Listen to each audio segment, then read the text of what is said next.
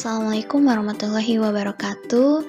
Kali ini kami akan menjelaskan mengenai mata kuliah pasar modal tentang Debt to Equity Ratio atau DER.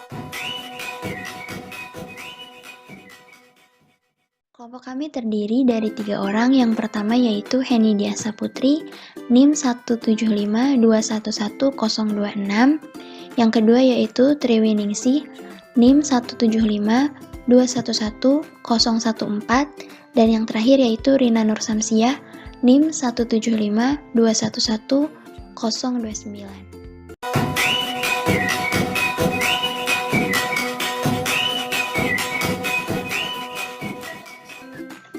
Apa itu Debt to Equity Ratio atau DER? DER merupakan rasio hutang terhadap modal yang menerangkan sejauh mana modal pemilik dapat menutupi hutang-hutangnya terhadap pihak luar. Atau DER juga disebut rasio perbandingan antara besaran hutang dalam proporsi modal perusahaan. Dapat diartikan, seberapa besar hutang yang dipergunakan sebagai modal perusahaan dalam menjalankan usaha. Atau secara simpelnya, DER merupakan rasio yang membandingkan antara besarnya hutang dengan ekuitas perusahaan. Lalu, mengapa DER itu penting? Karena hutang sejatinya adalah kewajiban yang harus dibayarkan oleh perusahaan di kemudian hari. Nah, untuk apa perusahaan memiliki aset yang banyak, namun pendanaannya berasal dari hutang, bukan dari modal sendiri? Nah, oleh karena itu, menurut kami, DER yang baik dan dapat menjadi acuan adalah ketika posisinya di bawah 40%. Untuk mengetahui jumlah DER, maka digunakan rumus perhitungan DER, yaitu DER sama dengan total liability dibagi total equity. Semakin kecil nilai DER ini, maka akan semakin baik. Akan tetapi, DER yang besar juga tidak selalu buruk, dengan catatan DER tersebut semakin menurun dari tahun ke tahun dan profit perusahaan tersebut terus meningkat. Ini artinya perusahaan tersebut berhasil mengolah hutang yang dimiliki dan pemanfaatan hutang tersebut digunakan dengan baik. Pada umumnya, perusahaan berhutang untuk tujuan ekspansi, seperti akuisisi, pembuatan pabrik baru, perluasan land bank, dan lain-lain. Tetapi tidak jarang atau banyak juga ditemukan perusahaan memutuskan untuk membuat hutang baru guna menutupi hutang-hutang di tempat lain yang akan atau bahkan sudah jatuh tempo. Saham yang memiliki DER di bawah 1 bisa dikatakan baik. Mengapa DER di bawah 1 dikatakan bagus?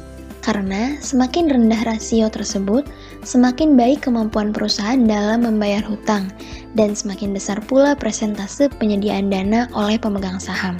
Lalu, apa yang terjadi jika DER di atas 1? Jika DER di atas 1, artinya dalam menjalankan aktivitasnya, perusahaan bergantung pada pemberi pinjaman, di mana bunga tersebut akan menjadi beban yang mengurangi laba dari perusahaan. Berdasarkan data keuangan pada PT Bukit Asam atau PTBA pada tahun 2019, jumlah aset sebesar 26,10 triliun rupiah dan jumlah liabilitasnya sebesar 7,68 triliun rupiah, sedangkan jumlah ekuitasnya sebesar 18,42 triliun rupiah. Untuk mengetahui perhitungan DER pada PT Bukit Asam atau PTBA, maka kita memasukkan rumus yang tadi, yaitu DER sama dengan total liability atau jumlah liabilitas dibagi total equity atau jumlah ekuitas. Nah, diketahui di sini bahwa total liability dari PTBA ini sebesar 7,68 triliun rupiah dan total equity-nya sebesar 18,42 triliun rupiah. Maka 7,68 dibagi 18,42 hasilnya yaitu 0,41.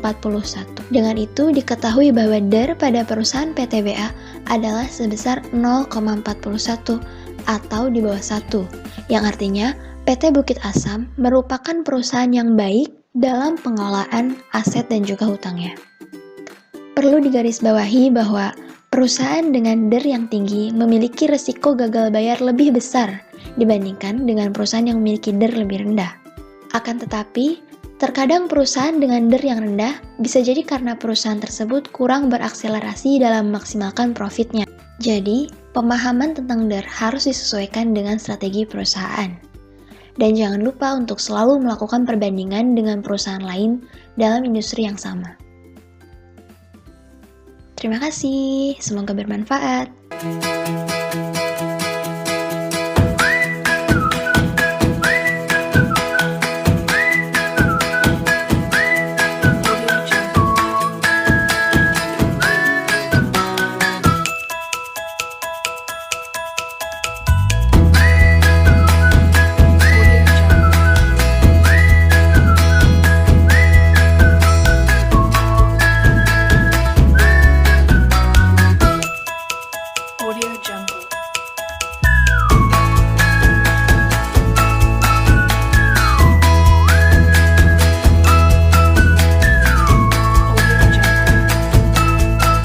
Assalamualaikum warahmatullahi wabarakatuh.